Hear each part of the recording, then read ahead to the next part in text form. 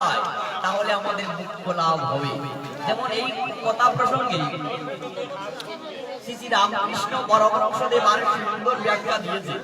যেমন প্রত্যেকের বন্ধু বান্ধব আছে, কারো বেশি কারো কম। যেমন আমার রতনদার বেশি, উনি ফেসবুকের বন্ধু বান্ধব, ওনার একটু বেশি, ওনার আমার একটু কম। এইভাবে তো বন্ধু বান্ধব আছে। তো বন্ধু বান্ধবের সাথে টাট্টা দমচমটা হয়। কোনো বন্ধু কি করেছে, সে বিছানায় শুয়ে আছে, যেমন আমাদের অসুবিধা একটু দেরিতে উঠে, তো আমি গিয়েছি তার বাসায়, বলছি ঘুমানোটা দেখিয়ে দিব কয়েকজন ধরে, তাকে যদি আমি পুকুরের মধ্যে দিয়ে দেই তাহলে কি হবে, ওনার স্নানটা হয়ে যাবে।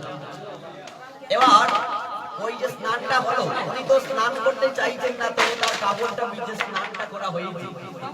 যেমন যেভাবে হোক অগ্নিকে যদি আমরা স্পর্শ করি হাত পুড়াবে, তাই অগ্নির ধর্ম পুরানো, জলের ধর্ম তরলতা করা ভিজানো, আর কৃষ্ণ নামের ধর্ম হচ্ছে সর্বাকর্ষ।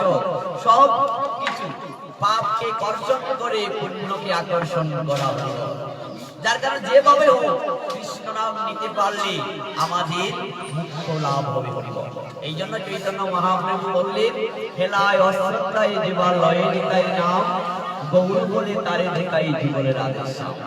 তো ভগবত গীতার অষ্টম অধ্যায় অক্ষর ব্রহ্মযুগে যে কথা অর্জুনকে ভগবান বললেন আমাদের সকল জীব জগতের এই কৃপার জন্য, এদিকে ভগবান বললেন প্রথমত যে কথাটা শ্রবণ করে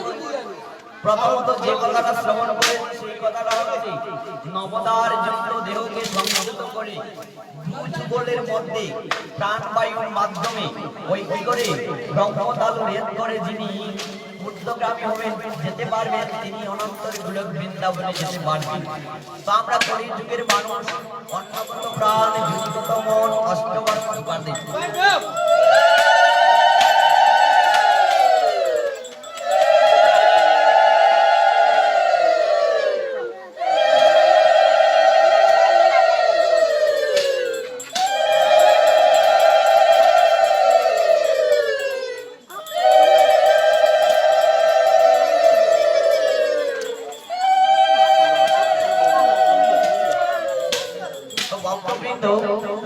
যে কথা শ্রবণ করেছি সেই কথাটা হচ্ছে যে ভগবত গীতায় ভগবান অর্জুনকে বলছে যে কথাগুলা, সেই প্রথম স্টেপের কথাগুলা একটা হাজারের মধ্যে একজন হবে কিনা। দ্বিতীয়ত বললেন যে যেভাবে দেহকে ত্যাগ করে প্রস্থান করবে সে সেইভাবে আমাকে পাবে। তার মধ্যে বাগবতের কিছু কথা শ্রবণ করেছি। ওই পুরঞ্জন রাজা মৃত্যুর সময় এবার তিনি মরতে বসেছেন, এবার নিজের বউয়ের চিন্তা করে করে মৃত্যুবরণ করায় পরবর্তীতে জন্ম হয়েছিল বিদর্ভ রাজার কন্যা বিদর্ভী হয়ে। আর ভারতবর্ষে যার নামে নামকরণ ভারতবর্ষের হয়েছিল সেই মহাত্মা বড় মৃত্যুর সময় হরিণ চিন্তা করে করে মৃত্যুবরণ করায় পরবর্তীতে সেই হরিণ শরীর নাম গ্রহণ করতে পারে। যার কারণে আমরা যেভাবে মৃত্যুবরণ করব সেইভাবে আমাদের পরবর্তী জন্ম নির্ধারণ হবে। এই জন্য চৈতন্য চরিতামৃতে কবিরাজ কৃষ্ণদাস কৃষ্ণই পাদ লিখলেন, অন্তকালে শরীর মরে যার দেহ যায়, দেহান্তে সে পায়ে মরে সন্দেহ কি তাই। অন্তকালে শরীর মরে যার দেহ যায়, দেহান্তে সে পায়ে মরে সন্দেহ কি তাই।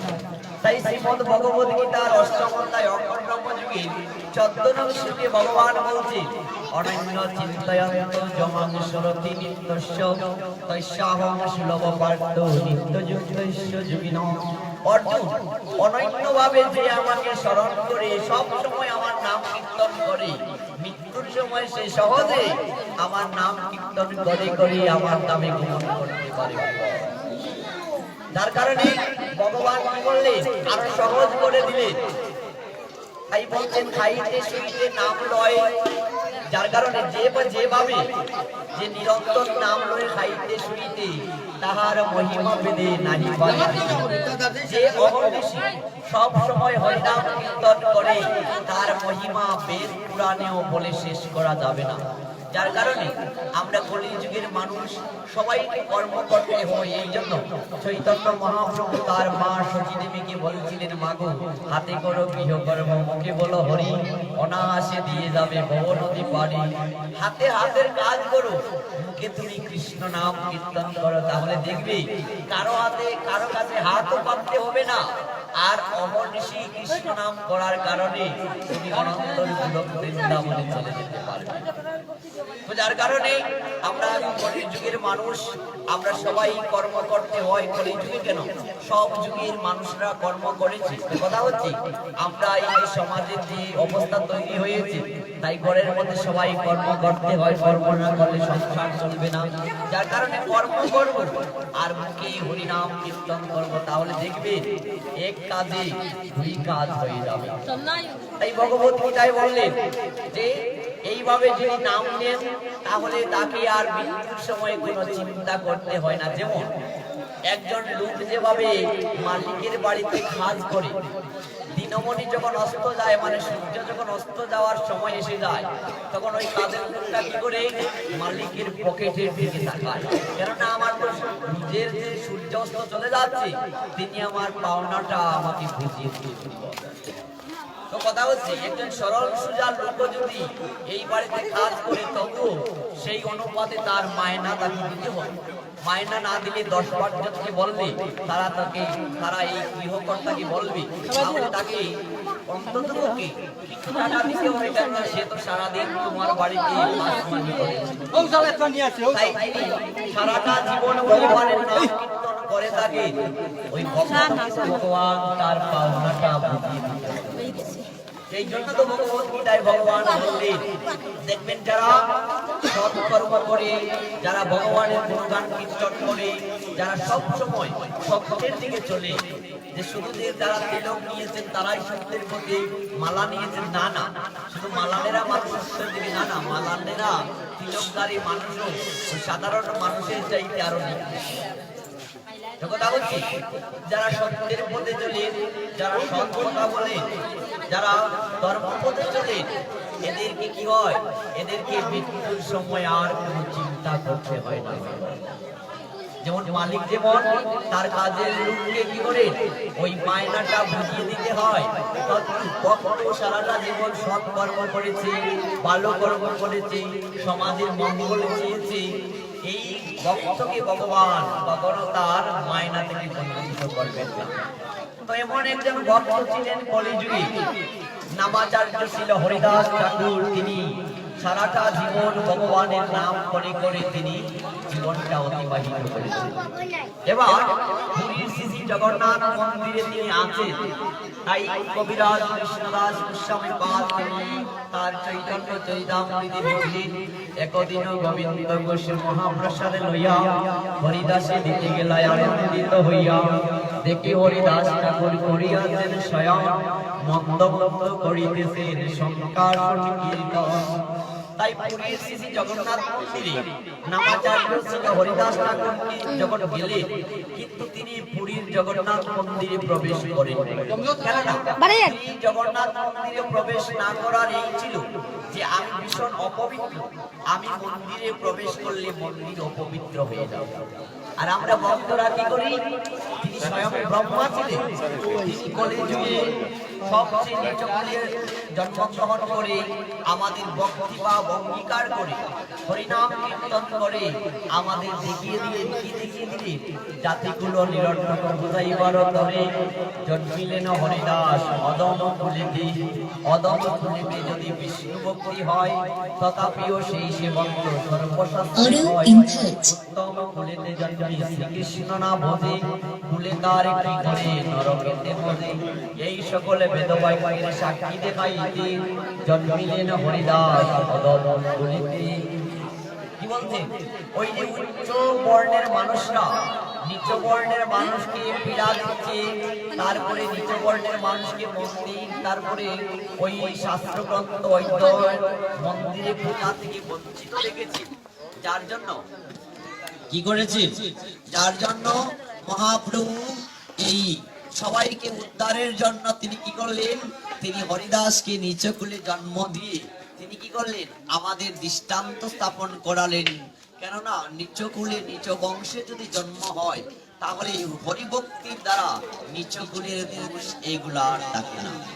এই জন্য জাতিগুলো নিরর্থক বুঝাইবার করে জন্মিলেন হরিদাস অদম কুলেতে, অদম কুলেতে উত্তম কুলেতে জন্মি শ্রীকৃষ্ণ না বোঝে, কুলে তার কি করে নরকেতে বোঝে।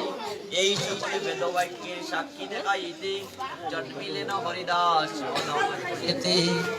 যার জন্য চৈতন্য ভাগবতকার ছিল বৃন্দাবন দাস ঠাকুর লিখলেন শ্রেষ্ঠ পরায়ণ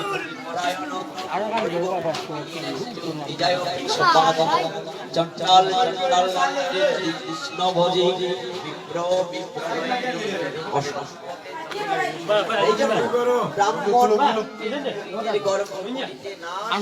নিচ জাতি শূন্যের দ্বারা করেন। তাই অদ্বৈত প্রভুকে অদ্বৈত প্রভুর ভাষায় চৈতন্য মহাপ্রভু বলছিলেন, অদ্বৈত আমি যে কারণে চরণে অবতীর্ণ হলাম কিন্তু ভক্তিতে প্রচার করি। কিভাবে ভক্তি প্রচার করব? যেমন আমি এখানে পাঠে যেদিন প্রথম এসেছিলাম আমাদের একটা গাইডলাইন দেওয়া হয়েছিল, দাদা প্রথম নেমে কি বলবেন পূর্ব দিকে দক্ষিণ দিকে রাস্তা আছে, সেই রাস্তা দিয়ে হাঁটবে, হেঁটে লোককে জিজ্ঞাসা করবেন অমুক গ্রামে অমুক ভক্তের বাড়িতে যাবে। তো এইভাবে চৈতন্য মহাপ্রভু এবার অদ্বৈত বললেন যে আমি কিভাবে ভক্তি প্রচার করব। তখন অদ্বৈত বলে যদি ভক্তি বিলাইবা শ্রী সূত্র আদি যত গুণ করে সে দিবা তোর ভক্ত তোর ভক্তি যে জন্মাদি সেই পাপিষ্ঠ মনুষ্যার এই সকলে দেখিয়া চন্ডালাদি নামে তোর নাম লইয়া এই সকল প্রকার শক্তি সকল না হইব চন্ডালাদি নাচে প্রভুর নাম লইয়া আর ভক্ত পুত্র চক্রবর্তী তারা সবাই মিলিয়া এটা ভাগবত কথা। অদ্বৈত কি বলছেন? অদ্বৈত বলে যদি ভক্তি বিলাইবা স্ত্রী সূত্র আদি যত গুণ করে সে দিবা তোর ভক্তি তোর ভক্ত যে যে জন বাদে মানে হিংসা করে এই পাপিষ্ঠ মরুদার এই সকল দেখিয়া চন্ডালাদি নাচে তোর নাম লইয়া এই সকল কথার সাক্ষী সকল সংসার নিজ মন্ত্র প্রতিকৃপা হইল তাহার চন্ডালাদি নাচে প্রভুর নাম লইয়া আর বৈকুণ্ঠ কৃষ্ণ চক্রবর্তী তারা সবে না জানে। দেখবেন কোনো বাবাজি পাঠ করলে কোনো নামদারি যারা ব্রাহ্মণ সন্তানেরা প্রসাদ খায় না, কিন্তু কি দেখবেন শমশের নগরের এই চমচুমিয়ার দোকানরা নাম দিয়া কিন্তু দেশে দাঁড়িয়ে কথা হচ্ছে কি যে কথা বলছিলাম সেই কথাটা হচ্ছে এরা উচ্চ বর্ণের যারা এরা কি করেছিল, এরা মহাপ্রভুর বিরোধিতা করেছে। এটা চৈতন্য ভাগবতের কথা, চৈতন্য চরিতামৃতের কথা। যার কারণে কি হয়েছিল চৈতন্য মহাপ্রভু অবতীর্ণের সময় যখন 37 প্রকার মানুষকে নিয়ে মহাপ্রভু করেছিলেন নগর সংকীর্তন করেছিলেন হরি হরে নমঃ কৃষ্ণ যাদবায় নমঃ যাদবায় মাধবায় কেশবায় নমঃ গোপাল গোবিন্দরাম মধুসূদন গিরিধারী গোপীনাথ নমঃ। এইভাবে যখন কীর্তন করে করে যাচ্ছে তখন আবার বৃদ্ধ বনিতা যুবা বৃদ্ধ সবাই নগর সংকীর্তনে যোগদান করেছে। উচ্চ বর্ণেরা দেখলে আরে ওই এরা তো সমাজের বাদ, ওরা বসলে তো আমরা এক পাটরে বসে প্রসাদ খাই না, এক পঙ্কপঙ্কে বসি না, ওদেরকে নিয়ে কীর্তন করছি, ওদের ঘরে গিয়েও খাওয়া দাওয়া করছি। আর নবদ্বীপে এখন বর্তমানে কলকাতা শহরে ৬,৫০০ তপস্বী এবং তপস্বী উপজাতি মানুষের বসবাস। আর তৎকালীন মহাপ্রভুর সময়ে ৩৬ প্রজাতির মানুষকে নিয়ে মহাপ্রভু নবদ্বীপে হরিনাম কীর্তন করেছেন। তাই কি করলেন ওই মহাপ্রভুর সংকীর্তন আন্দোলনকে বন্ধ করার জন্য উচ্চ বর্ণের সবাই মিলে মহাপ্রভুর বিরুদ্ধে নালিশ করেছে। আশি করে হিন্দুর ধর্ম বাঙিল নিমাই এই ধর্মে আচার্য অবসনী নাই মঙ্গল চন্দ্র বিশ্বহরি কলিকাগর জাতিবাইত্য নিত্য গীত আচরণ ওই যাব না কেন না সনাতন ধর্মে আমরা কি করি ওই দুর্গা পূজার সময় দান করার যেগুলো আছে সব করতেই বার করি একটা কীর্তন বহুত মানুষ ওইগুলা রাত্রি জাগরণ করে করি আর আমাই পণ্ডিতে যেগুলো আরম্ভ করে দিয়েছে সারা বর্ণের মানুষকে করে আর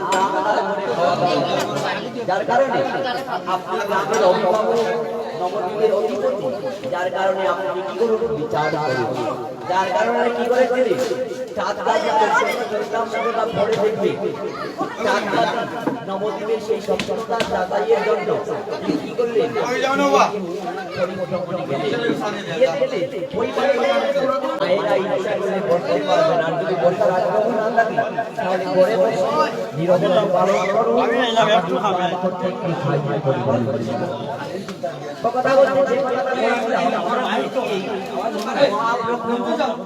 বিরুদ্ধে জীবন করলে চার কাছে নালিশ করলে এবার চার করলে ওই বাড়ি দর্শন করে দেখলে বাড়িতে তো হরিনাম করছে যার কারণে কি হচ্ছে যার কারণে নিষেধ করছে মৃত্যঙ্গ বেরিয়ে করেছিলেন কীর্তন জারি করেছে না কীর্তন করা যাবে বিকেলে বেলা বেশিরভাগ কীর্তনটা হয় মহাপ্রভু বললেন নিত্যানন্দ হরিদাস আজকে কীর্তন শুনছি না কেন রে তিনি বললেন কীর্তন ভক্তরা কিভাবে করবে কেননা ওই যে গতকালকে বিকালে ওই তো চাঁদ দাদি কীর্তনটা নিষেধ করে দিয়েছে আর ওই যে ওয়ারি ফুল ভেঙেছে ওয়ারি ফুল ভেঙেছে আর করতাল কয়েক জোড়া পর্যন্ত নিয়ে গেছে আর কীর্তন যদি কেউ করে তাহলে তাদের জাতি নষ্ট করা হবে এই বইয়ে কেউ আর কীর্তন করছে না তো মহাপ্রভু বললেন যে কাজ করো সবার গিয়ে বলে দাও যে আজকে বিকালে আমরা হরিনামের শোভাযাত্রা করে ওই চাঁদ কাদির ভবনে যাব আর প্রত্যেকের বাড়ির সামনে কদলী বৃক্ষ রিপন করে যেন আম্র পল্লবটা সারি সারি করে রাখে কেননা যে কোনো শুভ অনুষ্ঠান করতে হলে ওই আম্র পল্লব এবং কদলী বৃক্ষ দিতে হয় এটা মাঙ্গলিক চিহ্ন আর আম্র পল্লব এবং কদলী বৃক্ষ রোপণ করলে ওই কাজে কোনো অমঙ্গল এসে প্রবেশ করবে না এই জন্য বক্তব্য আমরা যারা বিবাহ জন্মদিন অন্যান্য শুভ কাজে কি করি ওই কদলী বৃক্ষ এবং আম্র পল্লব এটা ব্যবহার করি তো কথা হচ্ছে এভাবে মহাপ্রভু সবার বাড়িতে নির্দেশ দিলেন আর রাত্রিবেলা তিনি দেউটি অর্থাৎ লুক্কা জ্বালিয়ে নগর সংকীর্তন শোভাযাত্রায় বের হলেন এবার বের হয়ে কি করলেন চাঁদ কাদির ভবনে গেলেন ভবনে গিয়ে চাঁদ কাদিকে কি বললেন বিভিন্ন কথায় পরাজিত করে সেই কথার মাধ্যমে শেষ পর্যন্ত চাঁদ কাদি মহাপ্রভুর কথাকে মেনে নিয়ে বললেন আমি তো নিষেধ করিনি কেননা তোমার ধর্মের লোকেরা এসে বলছে তুমি ধর্ম নষ্ট করছো আর এই জন্য তো ওই আমি কীর্তন মানা করেছি কেননা আমারও তো উপরওয়ালা একজন আছে বাংলাদেশের আলাউদ্দিন হোসেন শাহ ওর কানে যদি এই কথা যায় তাহলে আমার তো নবদ্বীপের এই আধিপত্যটা থাকবে না তো কথা হচ্ছে এইভাবে মহাপ্রভুর সেই সংকীর্তন আন্দোলনে বাধা প্রদান করেছিলেন যে কথার মধ্যে আমরা ছিলাম তাই হরিনাম প্রচার করে হরিনাম কীর্তন করিয়ে আজকে জীবদের উদ্ধার জন্য নামাচার্য ছিল হরিদাস ঠাকুর কি করলেন নিচকুলে আবির্ভূত হলেন কেন আবির্ভূত হলেন কেননা নিচকুলে যদি আবির্ভূত না হলে তাহলে আমরা নিচকুলের মানুষ আমরা যারা আছি এদেরকে কেউ ভালোবাসতো না কেউ কোনোদিন এই পথে নিয়ে যেত না কেননা যে বর্ণ বৈষম্যতা যে অবস্থা আপনারা যদি জানেন ভারতের যিনি আইনমন্ত্রী যিনি সংবিধান রচনা করেছিলেন শেষ পর্যন্ত ওই বর্ণ বৈষম্যতার কারণে কিন্তু শেষ পর্যন্ত বিআর ডক্টর আম্বেদকর ওই ভিন্ন ধর্ম গ্রহণ করতে হয়েছে তো আমাদের সনাতন ধর্মের ওই যে বর্ণবাদ তারপরে জাতিগত প্রথার যে বিভিন্ন যে এই অস্পৃশ্যতার গ্লানি সমাজকে কি করেছে খান খান করে ভেঙে দিয়েছে যার কারণে ওই ভগ্ন ওই সমাজকে পূর্ণাঙ্গ করার জন্য কলির পাবন অবতার শ্রীকৃষ্ণ চৈতন্য শ্রীমন গৌরাঙ্গ মহাপ্রভু ধরাধামে অবতীর্ণ হলেন আর তারই পূর্বে ৩৬ বছর পূর্বে নামাচার্য ছিল হরিদাস ঠাকুর তিনি ধরাধামে এসেছিলেন আমাদের বাংলাদেশের খুলনা জেলার গ্রামে আর তিনি সাধন ভোজন করেছিলেন যশোর জেলায় তো কথা হচ্ছে শুধু গৌর ভক্তবৃন্দ এদিকে যে কথাটা বলছিলাম এদিকে তিনি বিশ্ব ভীষণ অপবিত্র বলে আর মন্দিরে প্রবেশ করছেন না জগন্নাথ মন্দিরে। এবার তিনি কি করলেন, মহাপ্রভুর নির্দেশে জগন্নাথ দেবের ফুলের বাগান সিদ্ধ বকুলতলায় একটা পর্ণকুটির তৈরি করে দেওয়া, যেটা এই পাতা লতা দিয়ে তৈরি করত। সেখানে হরিদাস প্রতিদিন 3 লক্ষে হরিনাম কীর্তন করেন, 3টা লক্ষ। এবার প্রতিদিন হরিদাসকে গোবিন্দ ঘোষ কি করেন, প্রসাদ দিতে যান। তো আজকে যখন হরিদাসকে প্রসাদ দিতে যাচ্ছে, গিয়ে দেখলেন একদিনও গোবিন্দ ঘোষ মহাপ্রসাদ লইয়া হরিদাসে দিতে গেলায় আনন্দিত হইয়া দেখি হরিদাস ঠাকুর করিয়াছেন স্বয়ং মন্দ মন্দ করিতেছেন সংকাশন কীর্তন। মন্দ মন্দ মানে হরে কৃষ্ণ রাম হরে, অর্থাৎ শিবনাম 32টা পূর্ণভাবে আর পূরণ হচ্ছে। তাছাড়া তিনি শুয়ে শুয়ে হরিনাম কীর্তন করছেন, কেননা যে কোনো ভাবে যে কোনো অবস্থায় হরিনাম কীর্তন করা যাবে, কিন্তু শঙ্কা নাম যখন কীর্তন করব নির্দিষ্ট ভজন, তখন আমি এক মনে শুদ্ধ চিত্তে শুদ্ধ জায়গায় বসে এক মনে হরিনাম শ্রবণ করলে যেটুকু পুণ্য আসবে, হেঁটে টিভি দেখে অন্যের সাথে কথা বলে সেই পুণ্য আমার সঞ্চিত হবে না। আর এখন তো বেশিরভাগ মালা জপ হরিনাম কীর্তন এটা কি করি আমরা, ওই পাঠে গিয়েছে এবার কয়েকজনকে দেখিয়ে দিলেন যে আমি কৃষ্ণ নাম কীর্তন করছি। আজ পর্যন্ত আপনি পাঠে গিয়ে যে হরিনাম কীর্তন করছেন ভালো কথা, আপনি অন্যান্য শ্রোতার চাইতে একটু আলাদা। কিন্তু আপনাকে যদি 2টা কলম দিয়ে বলা হয় আপনি 2 হাতে স্বর বর্ণ ব্যঞ্জন বর্ণ লিখবেন, আপনার 2 হাতের লেখাটা কি ঠিক হবে? বাম হাতের ডান হাতেরটা ঠিক হবে না, একটা লেখা ব্যতিক্রম হবে। হয়তো বাম হাতেরটা সুন্দর হবে, না হয় ডান হাতেরটা। যে 2 ধরনের হবে, তার কারণে আপনি একই জায়গায় বসে 2টা শ্রবণ এবং কীর্তন করতে পারেন না। যার কারণে শ্রবণে বসলে শ্রবণ করবে, কীর্তনে বসলে কীর্তন শ্রবণ করবে, আর ভজনের সময় নির্দিষ্ট একান্তভাবে ভজন করবে। আর বেশিরভাগ আমাদের তো এখন সাধন পর্যন্ত করি, যেটাও করি আমরা বেশিরভাগ হয়ে যায় লোক দেখার। আরেকজন দেখে জানে শুনে তাহলে আমাকে এরা কি করবে, সম্মান সম্মান দিবে আর সাধু সাধু বলবে। কথা হচ্ছে যত লোকে টের না পায় তত ভালো। এই রামকৃষ্ণদেব বলছিলেন, চলো ভুবনে ভুবনে কাজ করো ভুবনে ভুবনে, হরি কথা তো তোমার মনের গুণে, সাধক পাইলে হরি কথা শুনে বলো প্রশান্ত। আর রঘুনাথ দাস অনেকে চৈতন্য মহাপ্রভু বলেছিলেন, স্থির হইয়া করে যাও নাম পাতুল, ক্রমে ক্রমে জীব পায় ভব সিন্ধু কুল, মর্কট হই রাইখ না করো লোক দেখাইয়া, যথাযোগ্য বিষয়ে বুঝে অনাসক্ত হইয়া, অন্তরে নিষ্ঠা করো বাহিরে দুর্ব্যবহার, অচিরাত্রে কৃষ্ণ তোমা করিবে দান।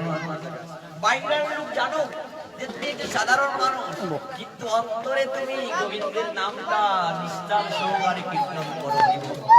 বাইরের লোকে জানো যে তুমি সাধারণ মানুষ, কিন্তু অন্তর দিয়ে গোবিন্দের নামটা কীর্তন করো, তাহলে লোকে যত টের না পায় তত ভালো। কিন্তু আমাদের উদ্দেশ্য কি, আমরা কিছু 2 দিন ওই দিকে গিয়ে আমরা কি করি, আমরা পর্যন্ত ঘাট বাটিয়ে দিই, দেখো আমি অনেক কথা হচ্ছে। কতদিন আমার একজন গীতা পাঠ করে তাকে বলছিলাম, ওই তার নাম, এই যে নামটা হোক সেই নামের পিছনে এই এই স্মার্ত তীর্থ, তারপরে হচ্ছে স্মৃতিতীর্থ বিভিন্ন উপাধি তৈরি করেছি। এবার বলছিলাম যে তীর্থ যেগুলা তৈরি করেছো ওইগুলা কি ধরনের ডিগ্রির দ্বারা তুমি পেয়েছো আমাকে বলো, কেননা আমি তো ওইগুলা পড়তে পারিনি। তখন তিনি বলছেন আমিও জানি। এই হচ্ছে কথা হচ্ছে বেশিরভাগ হচ্ছে লোকের জানাজানি হোক, আমি জানি যে আমি এই অনেক কিছু, কিন্তু যারা প্রকৃত যারা ভজন সাধন করে তারা কি করে কত মানুষকে পাত্তা দেয় না যে আমি যে ভজন